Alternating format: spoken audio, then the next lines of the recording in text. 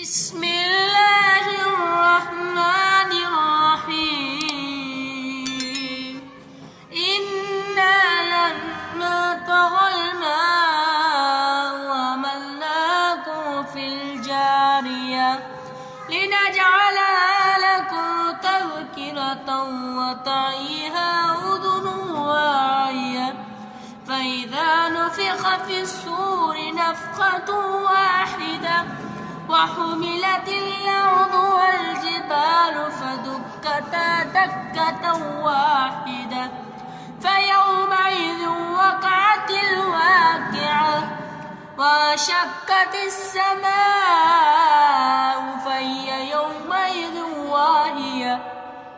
والملك على أرجائها ويحمل عرش ربك فوقهم يومئذ ثمانية يومئذ تعرضون لا تخفى منكم خافية فأما من أوتي كتابه بيمينه فيقول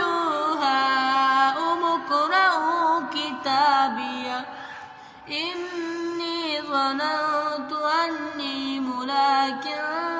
حسابيه.